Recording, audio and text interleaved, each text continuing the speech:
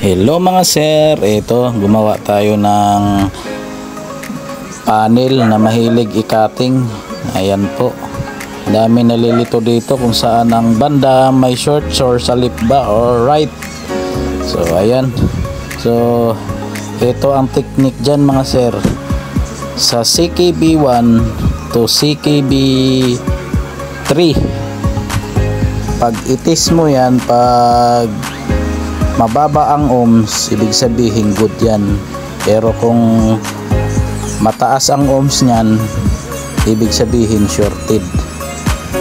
4 lang ang pagbabasihan dyan. Ayan, good yan.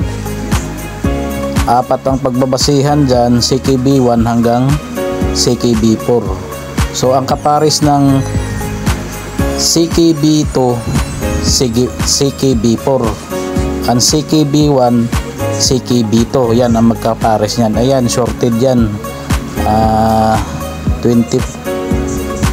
256 ohms. Yung malaki ang shorted niyan, kaya hindi lumabas yung DC to DC sa supply ng panel.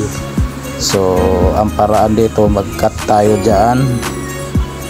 Dyan na may problema sa may dyan sa may tinis ko, kasi ang shorted dyan is CKB2 to CKB4.